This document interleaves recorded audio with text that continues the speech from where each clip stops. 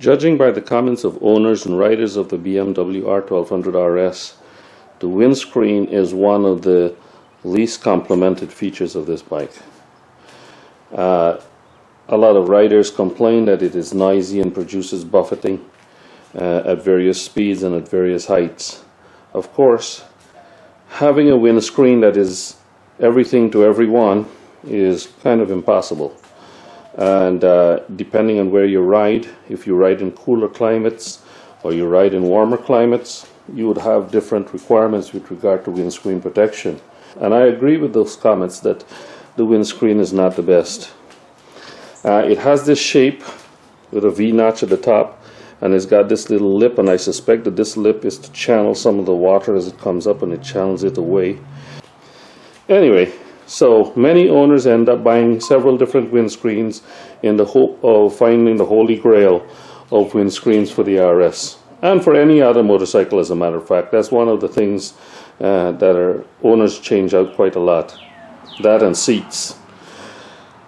Today's video we're going to talk about another windscreen that I bought. I have this stock windscreen, and I also have a GV touring windscreen, which I probably used once, because after buying it I put it on and I found that there was still turbulence at the top of my helmet when it was in the upper position, and I had to keep it in the lower position because I hated looking through the windscreen and it was just below my sight line.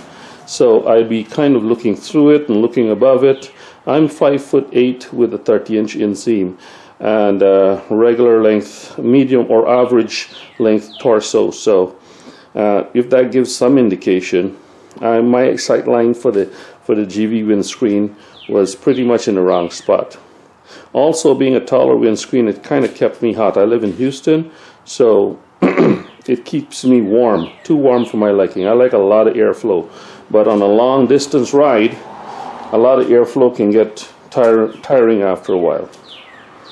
So today we're going to have a look. We're going to install a new windscreen for this bike, and I'm doing this video because there are not a lot of videos for this windscreen that I bought. Which windscreen it is? Hang on and find out.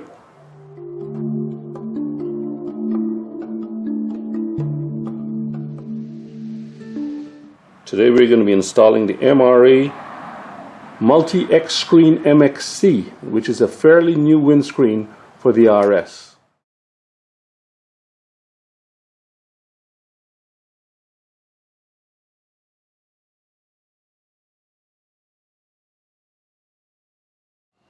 So the windscreens are superimposed one on top of the other. I tried to line up the holes as best as I can. This hole is on top of the screw, and this one, and that one, and the other one. They're all on top of one another.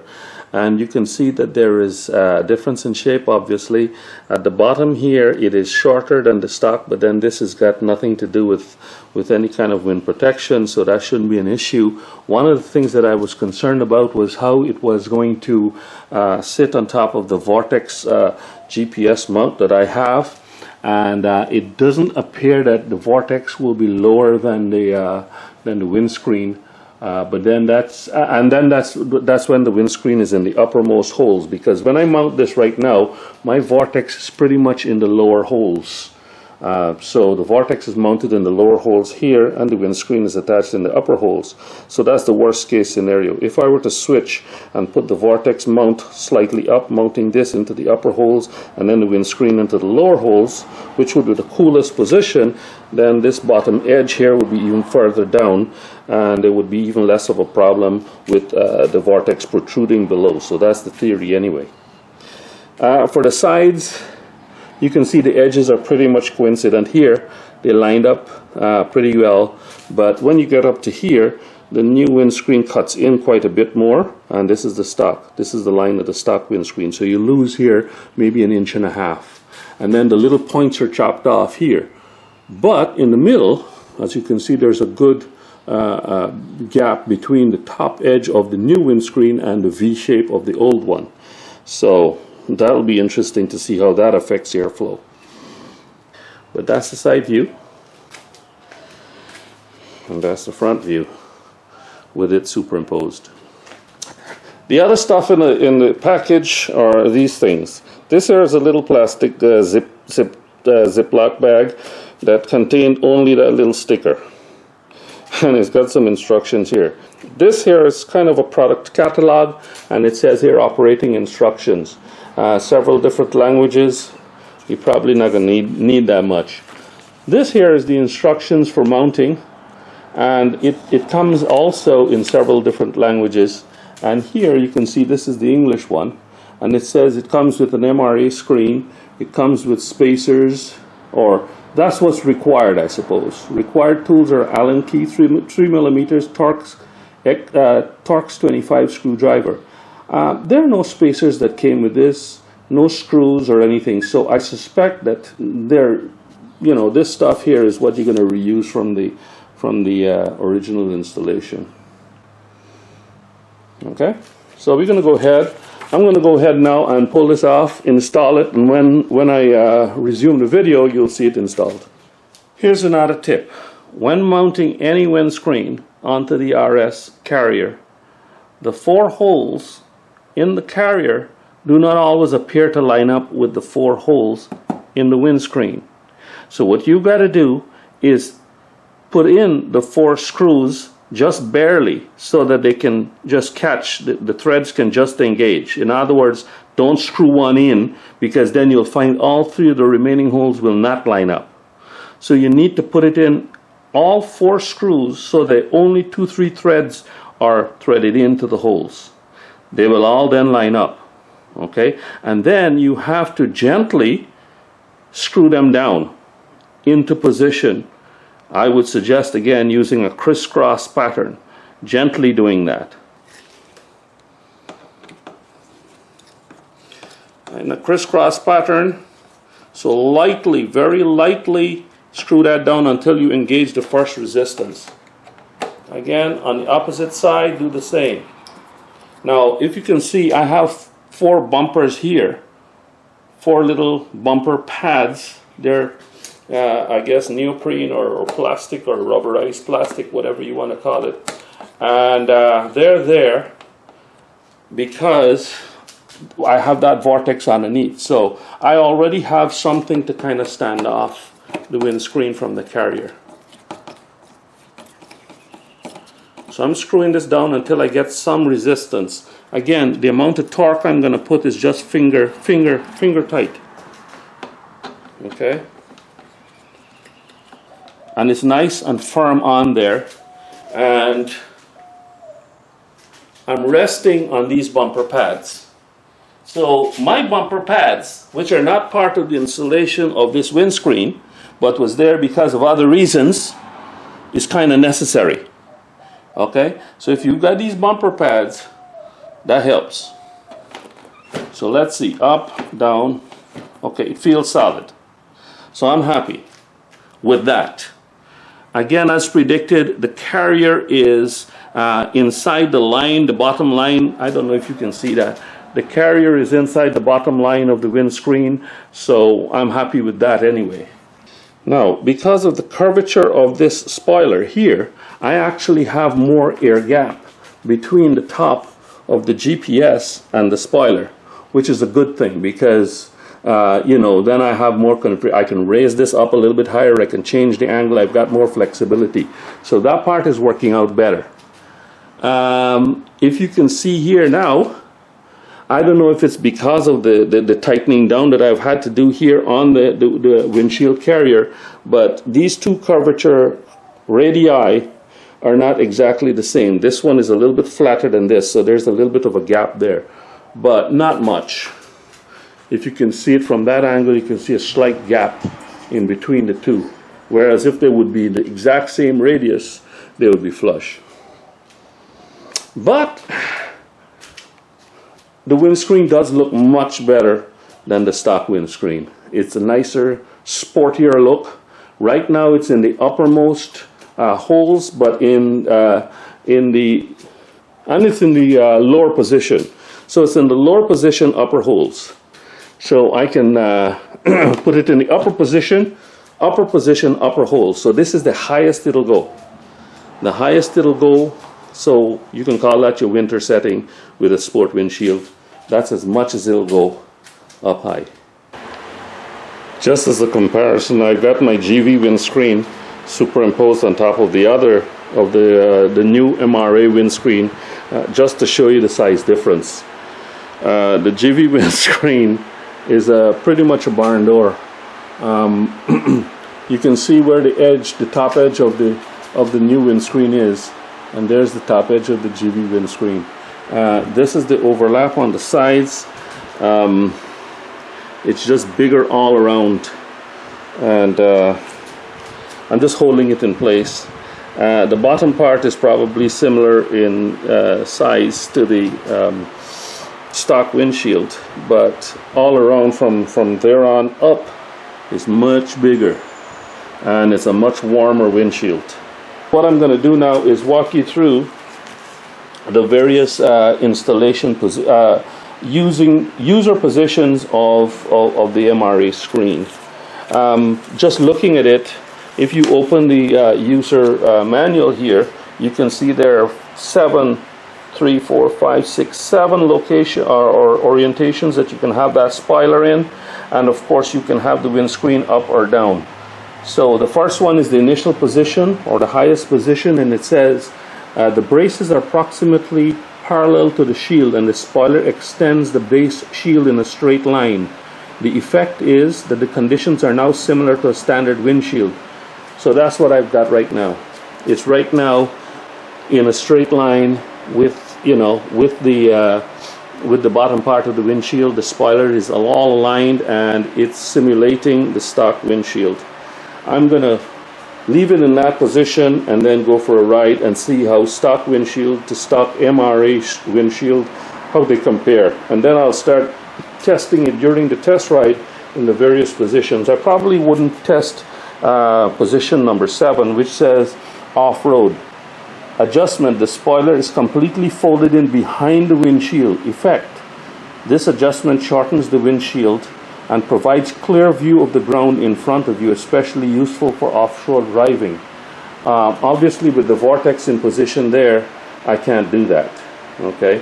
So this spoiler would have to come completely behind here and be underneath, and then in effect, the windshield would be this tall, right? So it would be totally cut off, really a short little windshield here, and that is what they call the off-road position.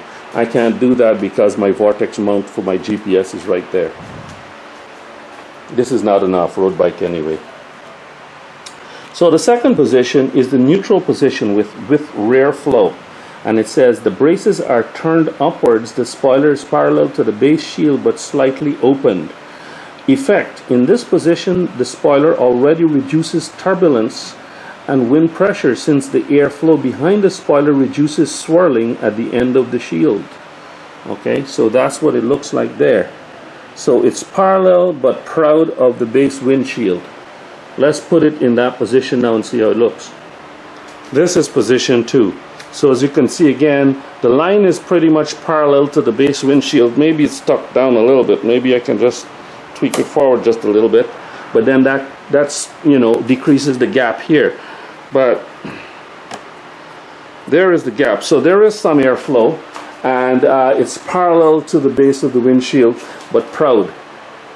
Okay, so you can see the spoiler is proud of the base windshield. Incidentally, to unlock the different controls for the spoiler, this lever or lever has to be in this position here, and this one here has to be horizontal. In that position there, when it's downwards, the diagram shows upwards, so either downwards or upwards like this, it's in the lock position. So this brace here can't move, it can't pivot about this point when it's in this position. So when it's in that position horizontally, then it can pivot. And this, likewise, it can't rotate about this end of the dog bone brace.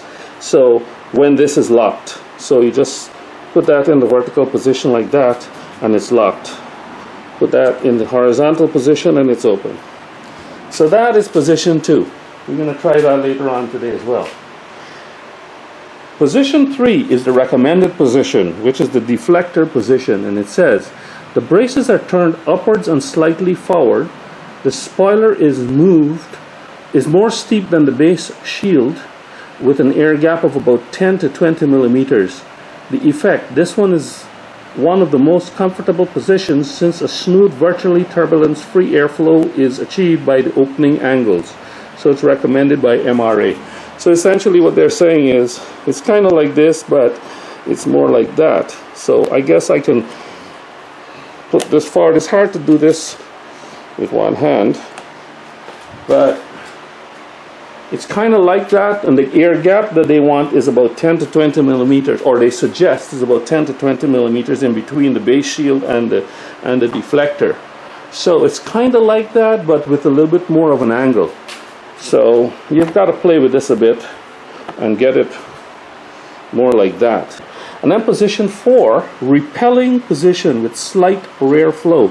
Adjustment, the braces are turned upwards and slightly forward, and the spoiler is more steep than the basic shield with a minimum gap.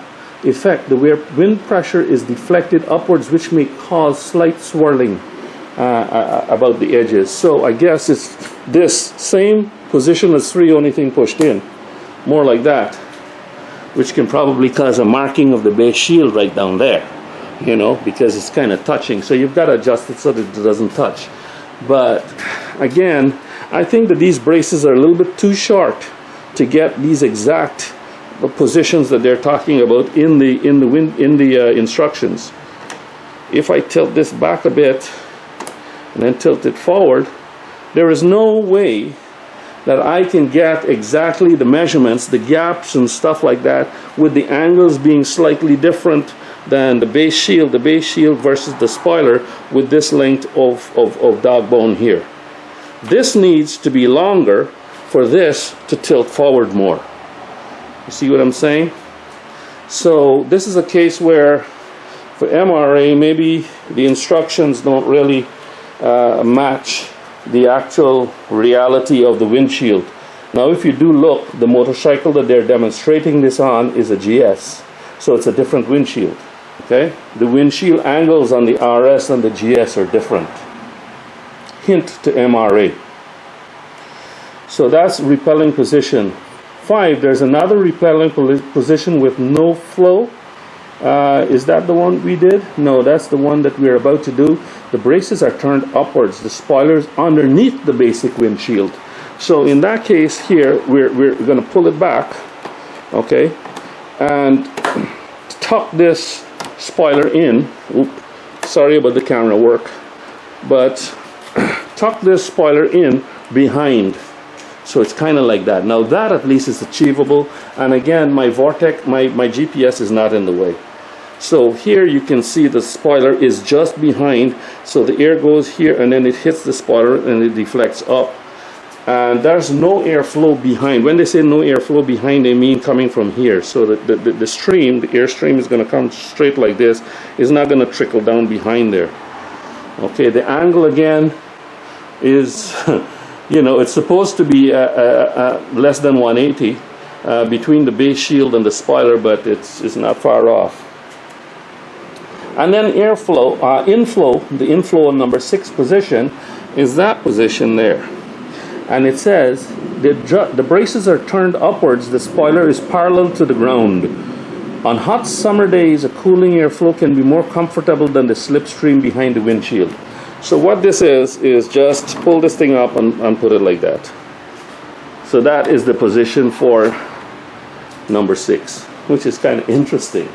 I think that this is probably going to really work well for me because not only is this windscreen shorter, right, than the stock windscreen, but this part here, this line is shorter, right? And when I put the windscreen in the lower position as I'm going to do now, so it's in the lowermost position, that looks really good, and I'm very encouraged about that part. So in the summer months, when I'm just commuting to work, I can just use it like that and get more airflow through this big huge gap here and be much cooler. So I'm really excited about that.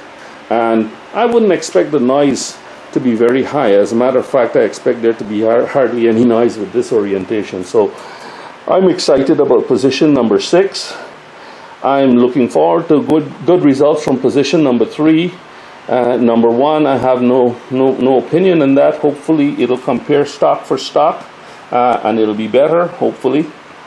The others, to me, for the way I ride, I don't expect there to be much of a difference or a use for it. But this one here is probably going to be the most encouraging one. So for now, back to the original position. And I really do like the fit and finish. MRA has made a very nice windscreen here. The edges are beveled, very, very nicely finished. All the edges here are very nice. And of course, the hardware, it works, even though it's plastic, it works quite nicely. And there are click stops, click detents to all of those adjustments that you can make. And then, here it is.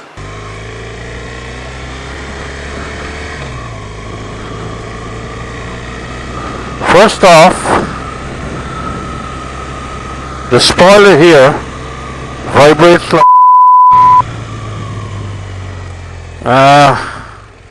I guess that can be expected because, I mean, it is being held in place just by these two dog bone braces, so that's the only 2 points of fixity for the spoiler. So you're not going to get the same rigidity at the top of the spoiler lip as you would have at the top of a windscreen. So, but it'll probably smoothen out. As you can probably see now, it doesn't vibrate as much once you get going, but definitely at the slower speed, it'll vibrate quite a bit. So, just as long as you expect that. First impressions. Well, today it's 75 degrees, 76 degrees right now, overcast and humid as heck. As for the windscreen, like I mentioned before, it's in the standard or the original position, position 1, and in the lowest position of the windshield, so it seems to be quite smooth.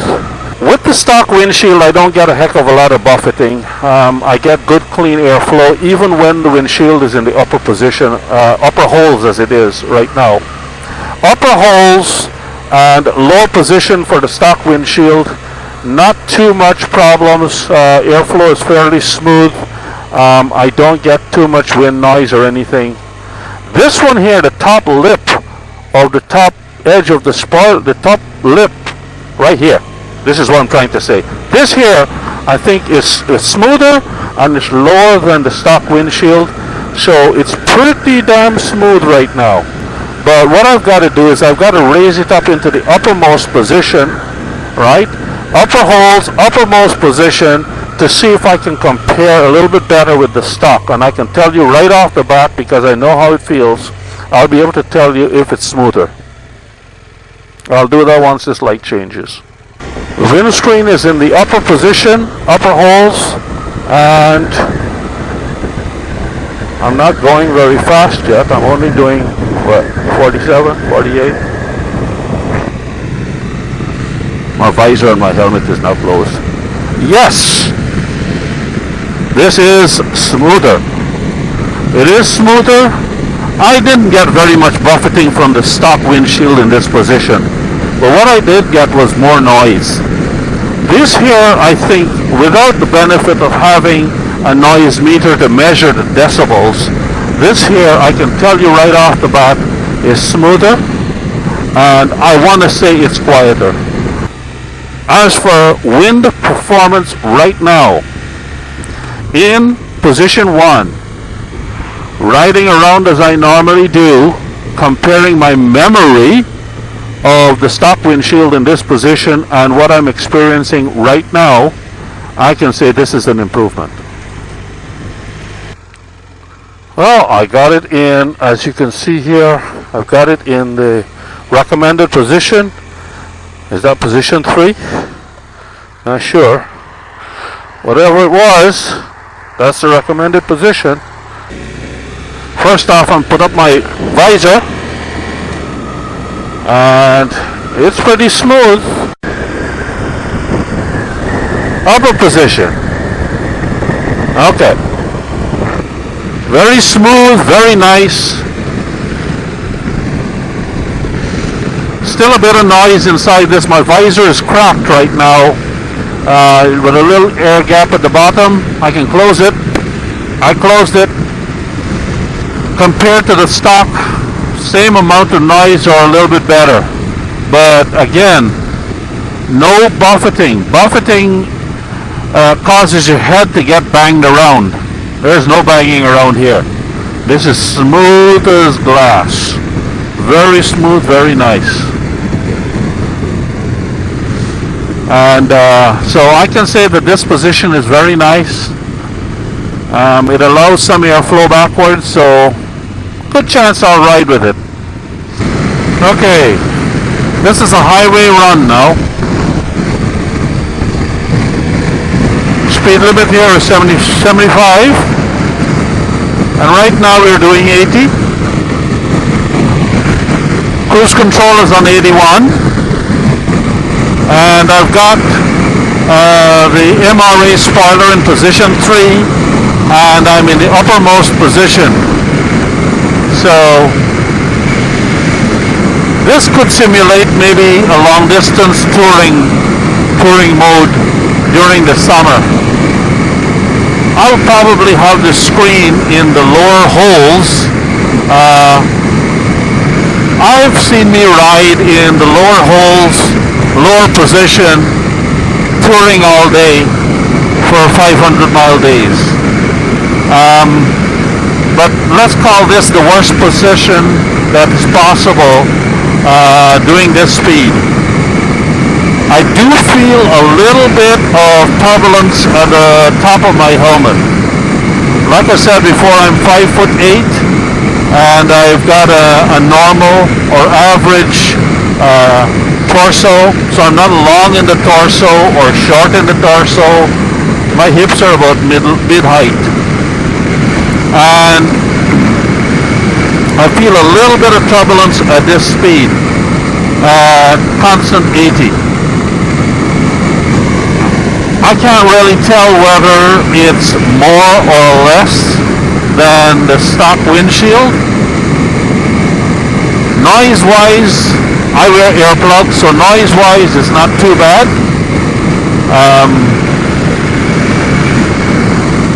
It's probably a toss-up. It's probably even. You know, similar to stock. But definitely at slower speeds, this is quieter. Now, the spoiler can be adjusted more in terms of angle, in terms of whether it's tucked behind or in front of the base windscreen. So I'm sure there are other positions that could lead to different results. But this is where the spoiler is just forward of the base windscreen, and there's a little bit of a gap, maybe 10 millimeters in between, and the line is about parallel. So it's parallel but proud of the base windscreen. And at 81 miles an hour, there's a little bit of buffeting there. Could I personally last 8 hours riding, 500 miles riding with that amount of buffeting? Oh yes, I can. But don't forget, that is in the uppermost position. If I drop this windscreen to the lower position, all of that buffeting goes away. I get more airflow, and if it's in the summer, that's exactly what I want. So, all in all, I think that still this is an improvement. So I just stopped to put the spoiler in the horizontal position. As you can see, it's in the horizontal position. Looks weird as heck. But temperature right now is 70 what? 78? So it's warmish and humid. Let's see how this airflow goes. Oh yeah, oh yeah. I'm gonna go on the highway for a little while. Oh my God. The airflow, oh yeah, is definitely. Now it's in the lower position, so the windscreen is in the lower position. Upper holes, lower position, and the spoiler is in position 6 or whatever that is. So maximum airflow from the windscreen, and it is nice. So this is definitely a benefit. Definitely a benefit. So for aesthetics, I would say position 1 looks the nicest. You know, where the spoiler is flush with the windscreen and so on and so forth. So you can keep it there. And then if you want a little bit more quietness and coolness, maybe, I guess you can have it in position 3. And if you want even more oh God, these people. If you want even more airflow, then you put it in this position 6. And let's see what it feels like on the highway. I'm going to attempt to do this in upper position of the windscreen. So worst case scenario for noise and so on and so forth. And right now it's in the lowest position, so shouldn't have much noise.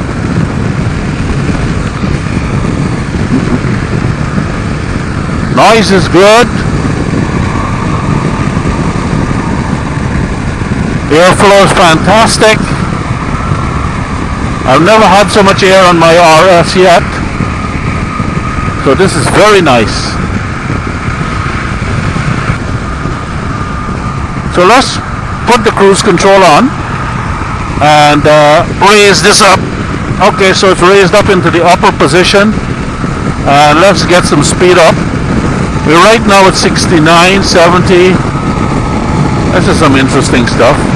Oh, look at our spoiler vibrate. Man, she's vibrating pretty good. But right now we're doing 74. And no additional noise, even though it's in the upper position. And there's a great big hole between the spoiler and the base windshield. There's no extra noise. There's no buffeting. Well, at this speed here, my whole head is kind of like going around. So imagine, everything is relative, okay? So if I had a windscreen that was over top of my head, I'd be in a bubble. And definitely I'd be more calm behind there. So this is not comparing to that. You can never compare this on a sport bike to that. That is, you know, something else. But for the comparing it to the stock windscreen, upper position, upper holes and all of that, I think this is no worse. However, it is flowing more air. Springwoods, I want to be over there.